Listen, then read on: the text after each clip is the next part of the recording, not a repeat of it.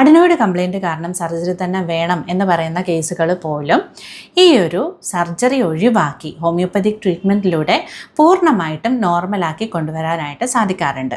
Hi there, this is doctor Arya Devi. Adenoid complaint കാരണം ഇത്തരത്തിൽ surgery വേണം എന്ന് പറയുന്ന കേസുകളിൽ പ്രധാനമായിട്ടും കണ്ടുവരുന്ന ലക്ഷണങ്ങൾ, കുട്ടികൾ ഉറങ്ങുന്ന സമയത്ത് അവർ സ്ഥിരമായിട്ട് വാ തുറന്നോ വെച്ചുറങ്ങുക, അതിനോടൊപ്പം തന്നെ കൂർക്കം വലിക്കുന്ന സൗണ്ട്, ഒച്ചത്തിലുള്ള കൂർക്കം വലിക്കുന്ന സൗണ്ട് ഉണ്ടാവുക, ഉറങ്ങുന്നതിൻ്റെ ഇടയ്ക്ക് ശ്വാസം കിട്ടാതെ ഉണർന്ന് കരയുക എന്നിവയാണ്.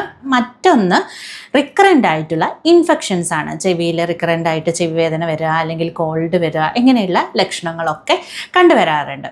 നമ്മൾ ഹോമിയോപ്പതിക് ട്രീറ്റ്മെൻറ്റ് സ്റ്റാർട്ട് ചെയ്യുമ്പോൾ അവരുടെ ഉറക്കത്തിൻ്റെ പ്രശ്നം പൂർണ്ണമായിട്ടും മാറുന്നത് കൊണ്ട് തന്നെ ഈ ഒരു ഉറക്കം കിട്ടാത്തത് കാരണം കുട്ടികൾ പഠിത്തത്തിൽ പിന്നോട്ട് പോകുന്നതും, അതുപോലെ തന്നെ കുട്ടികൾക്ക് കോൺസെൻട്രേഷൻ്റെ പ്രശ്നം, ഫോക്കസ് ചെയ്യാനായിട്ട് പറ്റുന്നില്ല, അല്ലെങ്കിൽ കാര്യങ്ങൾ മനസ്സിലാക്കാൻ സാധിക്കുന്നില്ല, ഇങ്ങനെയൊക്കെ ഉണ്ടാകുന്ന പ്രശ്നങ്ങളൊക്കെ തന്നെ നമുക്ക് മാറുന്നതായിട്ട് കാണാനായിട്ട് സാധിക്കുന്നുണ്ട്. അതിനോടൊപ്പം തന്നെ ഈ ഒരു റിക്കറൻ്റ് ഇൻഫെക്ഷൻസും ആദ്യം തന്നെ നമുക്ക് മാറുന്നതായിട്ട് കാണാനായിട്ട് സാധിക്കും. ഈ ഒരു സമയത്ത് നമ്മൾ നേസൽ എൻഡോസ്കോപ്പി എടുത്ത് നോക്കിക്കഴിഞ്ഞ് കഴിഞ്ഞാൽ ഈ അഡിനോയിഡിൻ്റെ സൈസ് കുറഞ്ഞതായിട്ട് നമുക്ക് ക്ലിയർ ആയിട്ടും വ്യക്തമായിട്ടും മനസ്സിലാക്കാനായിട്ട് സാധിക്കുന്നതാണ്. ഇത്തരത്തിലുള്ള പ്രശ്നം കാരണം നിങ്ങളുടെ കുട്ടികൾ സഫർ ചെയ്യുന്നുണ്ടെങ്കിൽ അതിൻ്റെ ബെസ്റ്റ് സൊല്യൂഷൻ ഹോമിയോപ്പതി തന്നെയാണ്. അപ്പോയിൻമെൻറ്റിന് വേണ്ടിയിട്ട് താഴെ കാണുന്ന നമ്പറിൽ നിങ്ങൾക്ക് ഡയറക്റ്റ് മെസ്സേജ് അയക്കാവുന്നതാണ്.